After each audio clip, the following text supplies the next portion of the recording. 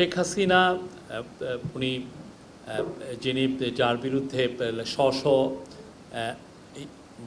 ছেলে মেয়েদেরকে খুন করার অভিযোগ আছে, আপনি জানেন, ঢাকার বড় কসাই উনি, ওনার চেয়ে বাংলাদেশের বুচার অফ বেঙ্গল। তো উনি ওইখানে বসে কি করছেন বা কী নির্দেশ দিচ্ছেন সে অবশ্যই আমাদের মনিটরিংয়ে আছে। কেউ যদি আওয়ামী লীগের অ্যাক্টিভিটিস ব্যান্ড বাংলাদেশে, এটা সরকার আদেশে এটা ব্যান্ড হয়েছে, এবং আওয়ামী লীগের অ্যাক্টিভিটিসের উপরে ইভেন আইসিটিও তাদের প্রসিকিউশনে, তাদের ট্রায়ালে আওয়ামী লীগের এই অভিযোগগুলো খতিয়ে দেখা হচ্ছে।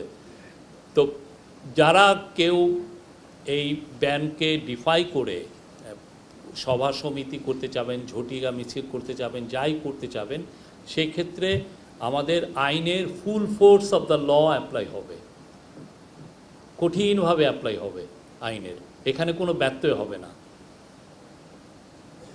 এই জায়গায় এই গভর্নমেন্ট 1 ইঞ্চি কাউকে ছাড় দেওয়া হবে না। কেউ যদি এটাকে উদ্বুদ্ধ হয়ে একজন খুনি ফ্যাসিস্ট লিডারের দ্বারা উদ্বুদ্ধ হয়ে কেউ যদি ঝটিকা মিছিল করেন, তাকে আইনের আওতায় আনা হবে।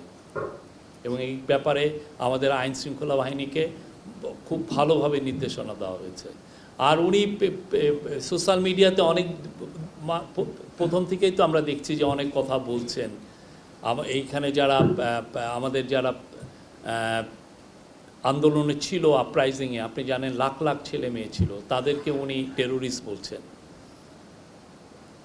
তো তার বিষয়ে আমাদের চিফ অ্যাডভাইজার যখন ইন্ডিয়ান প্রাইম মিনিস্টারের সাথে কথা বলেছিলেন, সেই বিষয়টা উঠেছিল। এখনও দেখছি যে এই বিষয়ে আসছে। তো আমাদের এখন তো ট্রায়াল হচ্ছে, ভার্ডিক্ট হোক, তো ভার্ডিক্টের পরে এই বিষয়ে আমরা আবার ইন্ডিয়ার সাথে এই বিষয়ে আমাদের ফরেন মিনিস্ট্রি আবার এই বিষয়টা তুলবে। না, আগে আমরা চিঠি দিয়েছি না, তার এক্সট্রাডিশনের জন্য তো আমরা চিঠি দিয়ে রেখেছি। হ্যাঁ, আর শেখ হাসিনার কি ধরনের ক্রাইম করেছেন এটার স্পষ্ট দলিল আছে ইউএনের রিপোর্টে। আমি সবাইকে অনুরোধ করব আপনারা এটা পড়বেন।